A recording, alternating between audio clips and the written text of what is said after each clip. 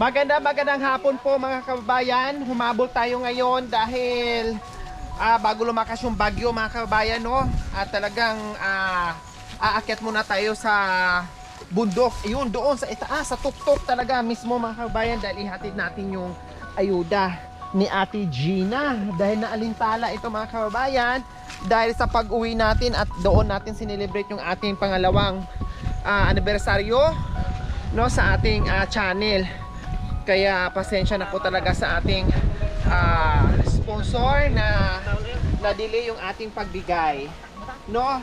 Hindi bali po mga kababayan, dahil natambakan tayo ng mga schedules natin. Ang importante ay makarating sa ating mga kinaukulan, no? Kuya, pahiram akong sapatos niyo. Suot ko kasi maputik eh.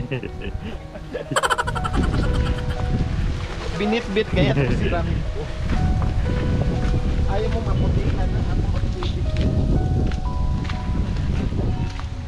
So mga 2 kilometro ito mga kabayan ang lakbayin natin bago tayo makarating doon sa tuktok. Medyo bilisan lang natin kasi bukod sa hangin malakas, no, pati yung ulan umaambon mamaya, naku malakas yan.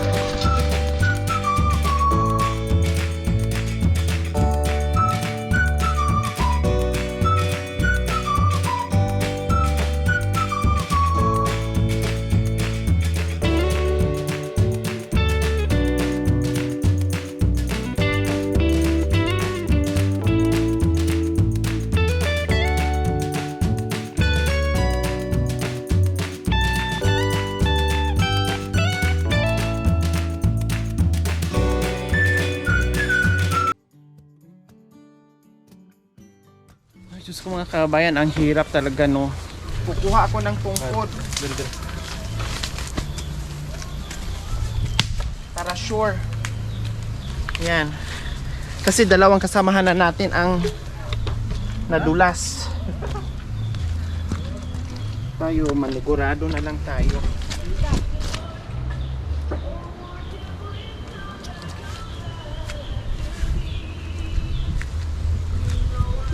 Tinawanan ako ni tatay may sungkod. Pasensya na tatay, 81 na edad ko kaya kailangan ko ng may tungkod kasi 2 ng kasamahan ko na dulas. Padaan po tatay.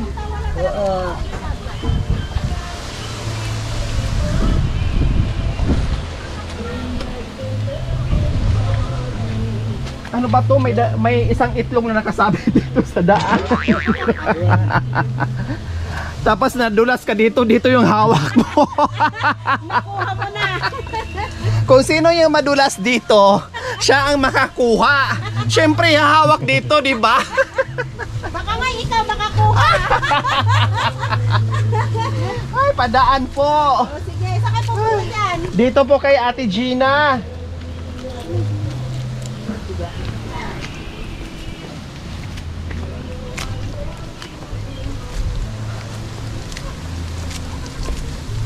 Mga kabayan, nandito tayo, umakyat tayo sa bundok, no. Kung naalala nyo po si Ate Gina na iniwan ng mister, no, yung buntis po mismo, no. Kung hindi nga tayo pumunta ng Negros, kung hindi tayo nakauwi ng Negros mga kabayan, makabalik tayo kay Ate Gina agad. Kailan ngayon mga kabayan, malamang nanganak na rin si Ate Gina kasi 8 months old ata yung nandito tayo eh. 8 months yung kanyang tiyan. So bali 1 buwan na lang, no? So bali 1 buwan na lang sa makatuwid ay nanganak na ngayon si Ate Gina. Kaya alamin po natin at akumustahin po natin. At syempre maraming salamat po sa sponsor, no, na talagang nandiyan na may gininto ang puso para matulungan muli si Ate Gina. Saan daan? Dito pa rin? Dito.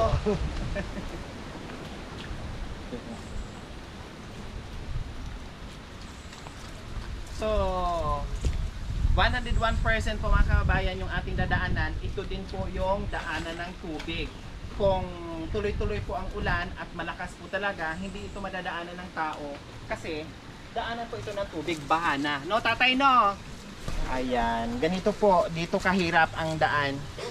Pero walang ibang choice kasi ito talaga yung daanan lang, wala nang iba.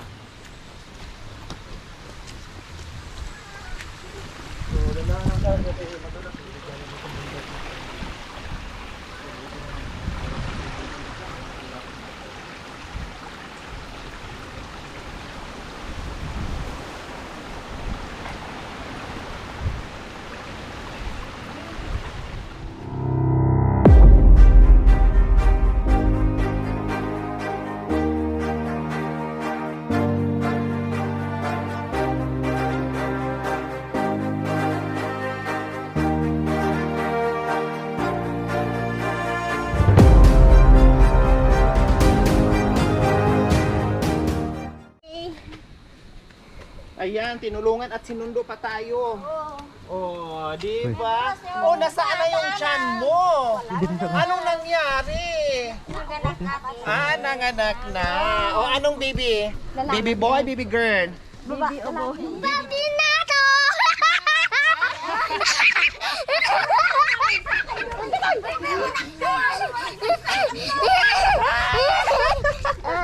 Ang saya-saya niya. Oh, di ba?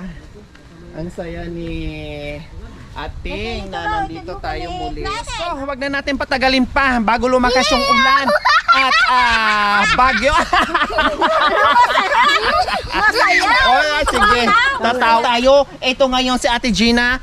Lumiit na ang tiyan at sumiksi na uli at ready na para mag-asawa muli. Ayan. O, kumusta na Ate Gina? Nanganak ka nung anong buwan? June 27. John 27, 1964. Nung June 27 pa pala nanganak. Oo. Oh, hindi ako nakabalik agad kasi ako'y nagbisibisihan. Nagpunta tayo ng Negros. Tapos ang daming mga schedule. So pasensya na sa aming pagbalik. No, na medyo na-delay. O, kumusta yung panganak natin? Ayos lang ba? Saan ka nanganak? Dito sa bahay o sa ospital? Ah, sa ospital. O, kumusta naman Ate Gina? Ay, sure. Ayos naman. O, umuwi si Mister. Siyempre, excited na makita yung anak. Umuwi? Ay, nagkita kayo? Sabi mo ah. Oo. Ay! Tapos nagkita kayo? O, anong sabi niya? Ha? Nagbalikan ba kayo? Hindi. Hindi. Ay, dumalaw lang. Nagbigay ba ng tulong? Ano ba? Bakit dumalaw? Hindi. Bakit nanay dumalaw? Dumalaw nung nakita ng anak na.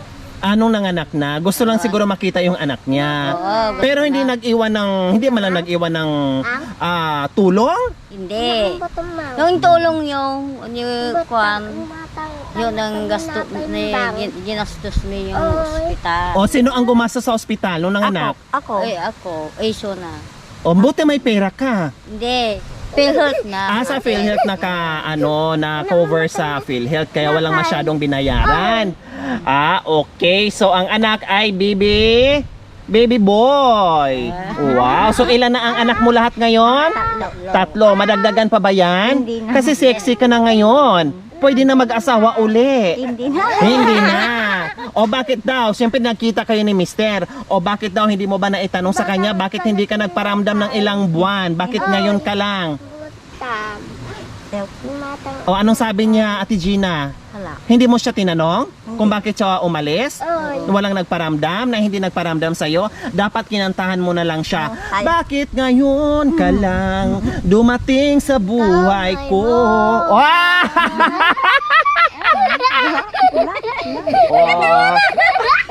Masayang bata.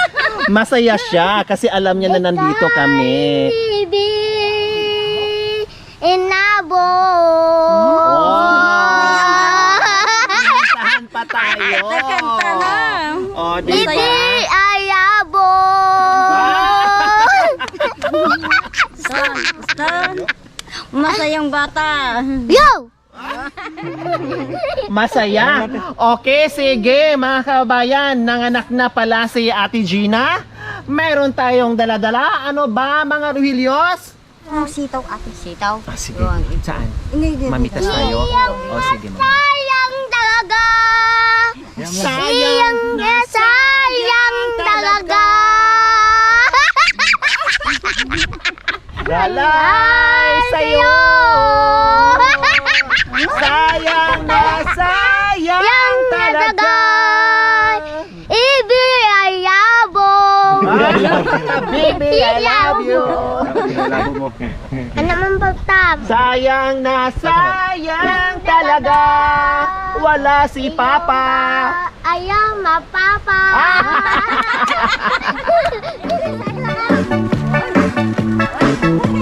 Sayo! Sayo!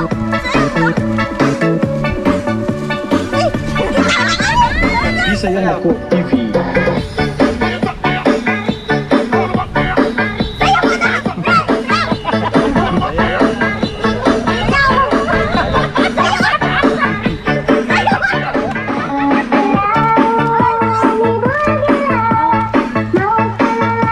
Okay, tama na kasi malakas ang ulan. Ano-ano nga ba mga Ruhilios? Sabon, no? Sari-saring sabon nandito na kasi kailangan ni ate dahil may baby at kailangan maglaban na maglaban. Ito pa. At ano yan, Sarge? Assorted groceries ito po. Wow, kompleto Ricardo yung ating assorted groceries. At mayroon pang chicken na dalawa. Dahil mahirap dito ang ulam. Although masarap ang ulam na dito kahit papaano maraming gulay. Pero syempre kahit paminsan-minsan makatikiman lang sila na masarap na lechon manok. Okay? Plus dalawang bigas natin nandito. Ayan po, no? Ayan, marami po dyan mga kabayan. And then, syempre, magpapasalamat tayo sa ating sponsor na talagang nagpaabot po dito kay Ate Gina. Maraming salamat po. Silent sponsor of Lacey, Washington, USA. Nagpaabot po ng 10,643.44 cents. Bumili tayo ng dalawang bigas, lechon manok, groceries, at may naiwan na cash na 6,215.34. Gaya ng ating nakagawian mga kababayan, kailangan lagi nakatago at isend natin sa ating sponsor yung ating resibo para alam nila kung saan napupunta yung kanilang mga padala. So ang 6,000, 1,000, 2,000, 3,000, 4,000, 5,000, 6,000, 6,500, 6,100, walang barya kaya ginawa natin ng 6,250 pesos. So ano ang mensahe ngayon sa ating sponsor, Ate Gina? Oy, salamat po. Salamat po, ate. Tunan bibe, tunan bibe. Ate, Ito na, baby. tulod mo. Bakit naiyak si Ate? Bakit naiyak si Ate Gina? Utam. Napay. Utam. Salamat yung matanggap yung pera,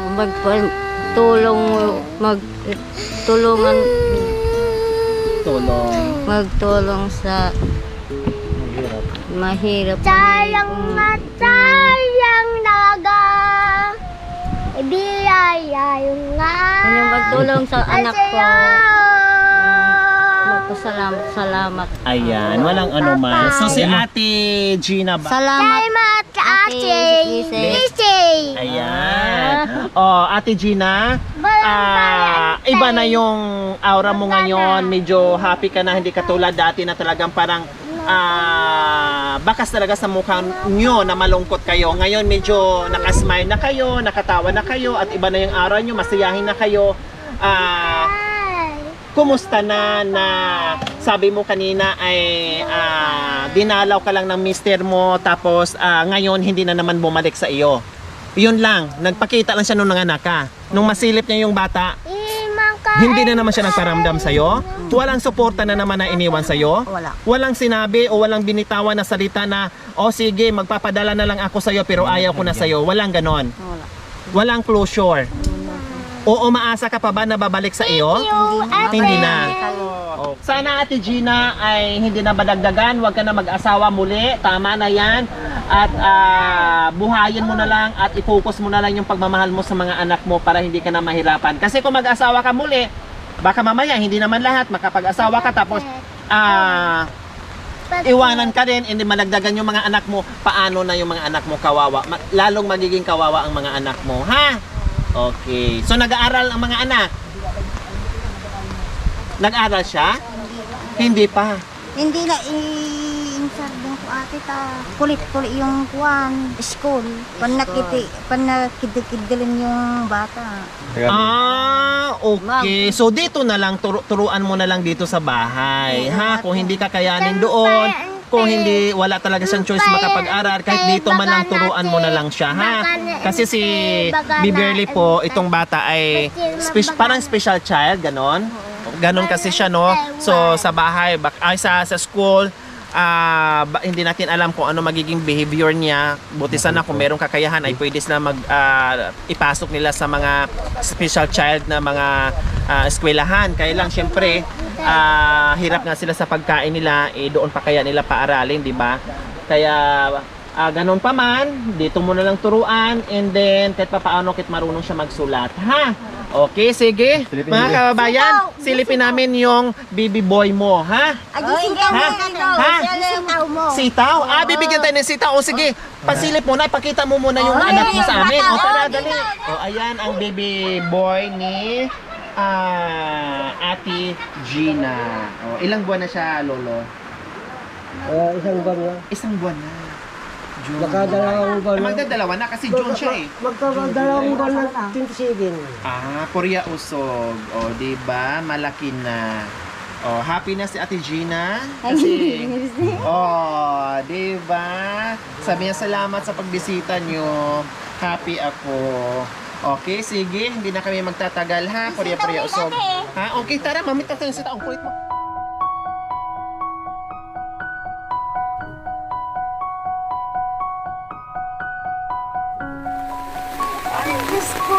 Ayan, kasi pauuwian tayo ng sitaw. Ang kulit kasi ni ate, no? Kahit maulan, sige. Kasi nakakahiya naman, no? So ganito po mga kababayan minsan. Talagang hindi natin sila mapipigilan. No, minsan inaayawan ko nga pero makulit at gusto talaga nilang pauwian din tayo. Ganon po sila kabait sa atin. O, pitas tayo ng sitaw. Kailan sobrang laki yung iba. Ito. Fresh na naman mga kababayan. Ang sarap. So ganun po sa mga kabayan, ang sipag nila, masisipag sila magtanim. So, hindi sila magugutuman. So, kasi masipag sila magtanim merong pipitasin.